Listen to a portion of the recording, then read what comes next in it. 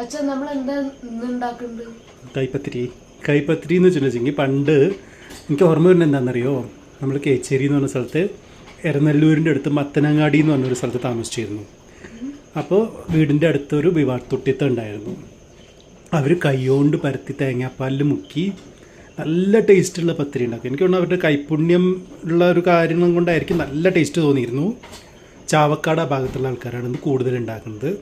അപ്പോൾ നമ്മൾ കൈപ്പത്തിരി എന്ന് പേരിട്ടാലും പത്തിരി എന്ന് പറഞ്ഞാൽ വളരെ ട്രിക്കി ആയിട്ടുള്ളൊരു സംഭവമാണ്. കാരണം അരിപ്പൊടി കൊണ്ട് ഉണ്ടാക്കുന്നതാണ്. അപ്പോൾ അതിൽ വെള്ളവും കൺസിസ്റ്റൻസിയും ഒക്കെ ശരിക്കും വന്നാലേ അത് പരത്തി കിട്ടുള്ളൂ. നമ്മുടെ അടുത്ത് നോൺ സ്റ്റിക്ക് ആയിട്ടുള്ളൊരു പരത്തുന്ന സാധനമുള്ള കാരണം കൊണ്ട് we don't have to very much. അതിൽ നമ്മൾ കൈപ്പത്തിരി നോൺ സ്റ്റിക്കിൽ ഉണ്ടാക്കും.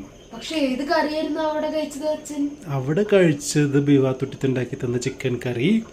ഇപ്പം നമ്മൾ മുട്ടക്കറിയുടെ ഒപ്പം കഴിക്കും. ചിക്കൻ ഉണർന്നിട്ടില്ല, എന്നിട്ട് വേണേനെ കൊല്ലാൻ ഞാൻ ഉണ്ടല്ലോ ചെക്ക. അപ്പോൾ നമുക്ക് കൈപ്പത്തിരി ഉണ്ടാക്കാൻ തുടങ്ങാം. നമുക്ക് പാൻ ചൂടായി. ഇപ്പം നമ്മൾ കുറച്ച് ജീരകവും കുറച്ച് അത്യാവശ്യം കുറച്ചെണ്ണ വേണം. ഒരു ടീസ്പൂൺ എണ്ണ ഇല്ലാതെ വെറുതെ നമ്മൾ ചൂടാക്കാണ്. പെരുംജീരകം, ജീരകം വെറുതെ ഒന്ന് ജസ്റ്റ് ചൂടാക്കണം. ഇതിനെ ഷേക്കാക്കി ജസ്റ്റ് ഒന്ന് ചൂടാക്കണം.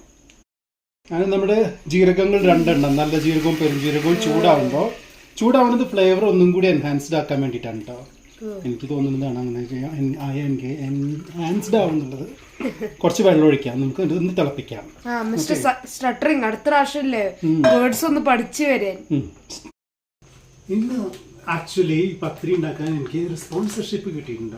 I M so excited. ഇത് ഫസ്റ്റ് ടൈമാണ് എനിക്കൊരു ഈ പൊടി എനിക്ക് സ്പോൺസർ ചെയ്താണ് കേട്ടോ. പത്തിരി ഉണ്ടാക്കിക്കോളൂ, യൂട്യൂബ് ചാനലിൽ ഇട്ടോളൂ എന്നിട്ട് പാൻ തട്ടി മറിക്കരുത് പ്ലീസ്.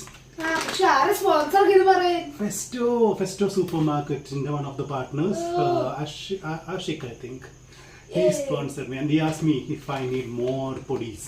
അപ്പോൾ ഞാൻ പറഞ്ഞില്ല, ഞാൻ ചെയ്യട്ടെ. അപ്പോൾ അത് ആമി പറഞ്ഞിട്ട് അവർ ഇൻട്രൊഡ്യൂസ് ചെയ്യുന്ന ബാംഗ്ലൂരിലൊക്കെ, നാട്ടിലുണ്ട് ഇത്, നിലമ്പൂര ഭാഗത്തൊക്കെ, വേറെ എവിടേക്കുള്ളതെന്ന് എനിക്കറിയില്ല.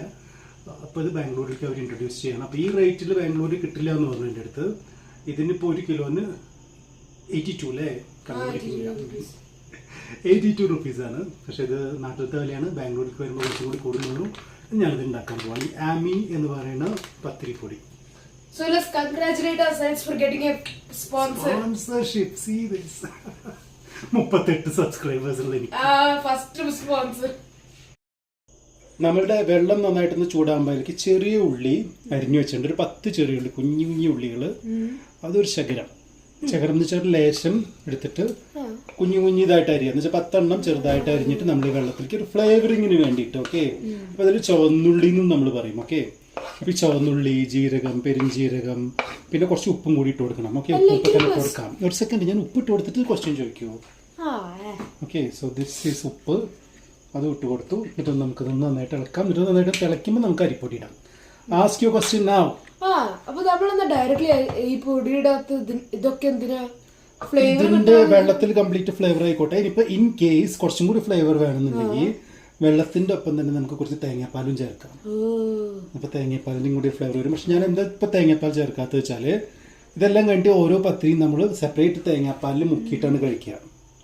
അതാണ് കൈപ്പത്തിരിയുടെ ബ്യൂട്ടി എന്ന് പറയുന്നത്. ഓക്കെ, വേണമെങ്കിൽ നമുക്ക് ഈ സ്റ്റേജിലൂടെ അങ്ങനെ 2 നേരം നമുക്ക് തേങ്ങാപ്പാലിന്റെ അതിപ്രസരമായിട്ട് നമുക്ക് വേണമെങ്കിൽ ഇത് ഉപയോഗിക്കാൻ പറ്റും. റൈറ്റ്, വെള്ളം നന്നായിട്ട് തിളയ്ക്കാൻ നിൽക്കണ ഒരു സമയം ഉണ്ടല്ലോ. ഒക്കെ തിളയ്ക്കുന്നുണ്ട് നിൽക്കുന്ന സമയത്താണ് നമ്മൾ ഈ പൊടി ഇടുന്നത്. അപ്പോൾ നമ്മൾ ഇതിലേക്ക് ഒരു 1/2 കിലോയുടെ അടുത്ത് പൊടി ഇടുകയാണ്. കുറച്ചധികം വേണ്ടി വരില്ലേ പത്തിരി?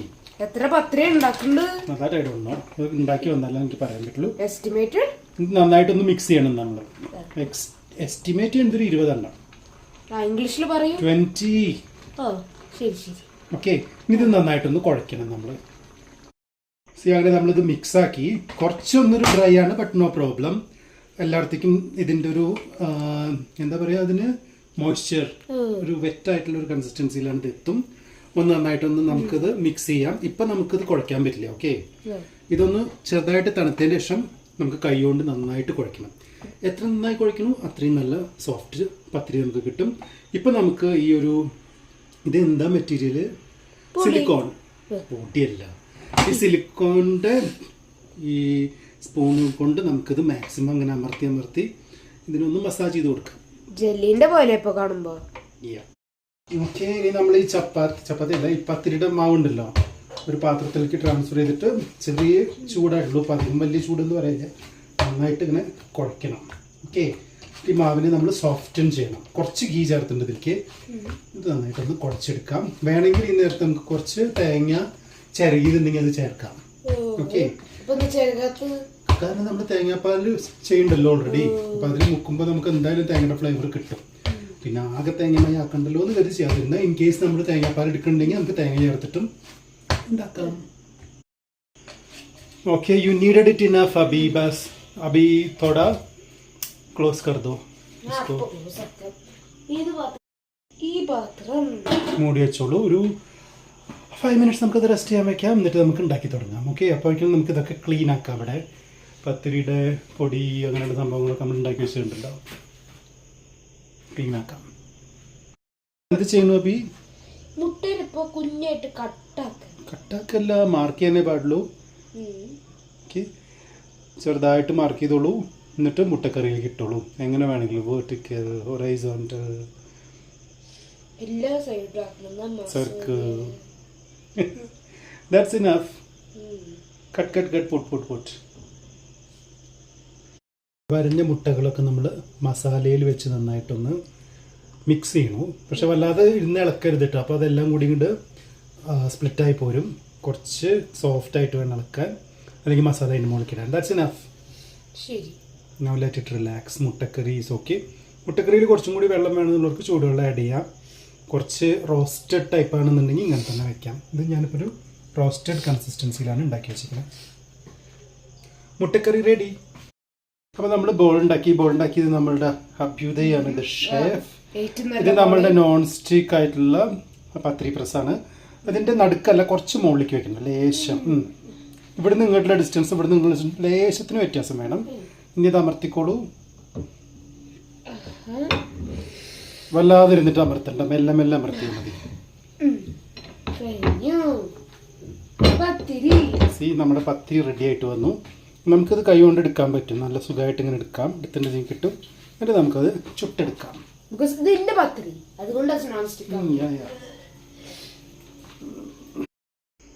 നമ്മുടെ കൈപ്പത്തിരി, ഈ കൈപ്പത്തിരി വലിയ റേഡിയസ് ഇല്ല കേട്ടോ, കുറച്ചേ ഉള്ളൂ റേഡിയസ്. ഇതിനെ നമുക്ക് പാനിലേക്ക് ഇടാം, ചൂടായിരിക്കുന്ന പാനിലേക്ക് ഇടാം.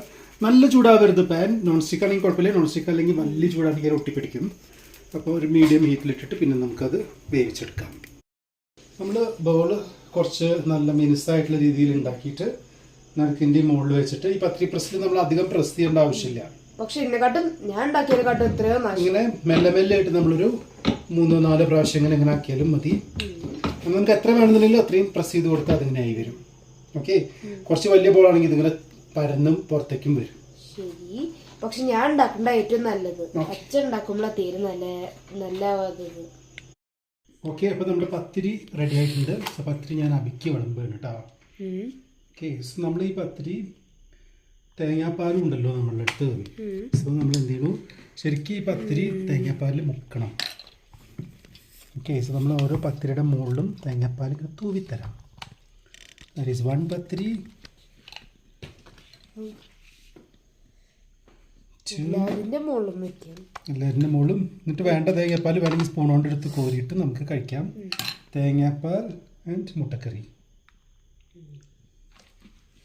മുട്ടക്കറിയിലെ സെക്കൻഡ് പാലില്ലേ തേങ്ങയുടെ, അത് കുറച്ച് ചേർത്തു, കാരണം കുറച്ച് ലിക്വിഡ് ഫോമിലായി. Okay, eat it. എങ്ങനെയുണ്ട് കുട്ടി ഭക്ഷണം? വല്ല കുഴപ്പവും?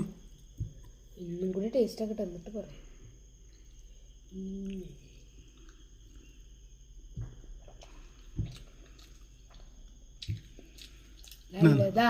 അപ്പോൾ ആമിയുടെ പത്തിരിപ്പൊടി സൂപ്പർ.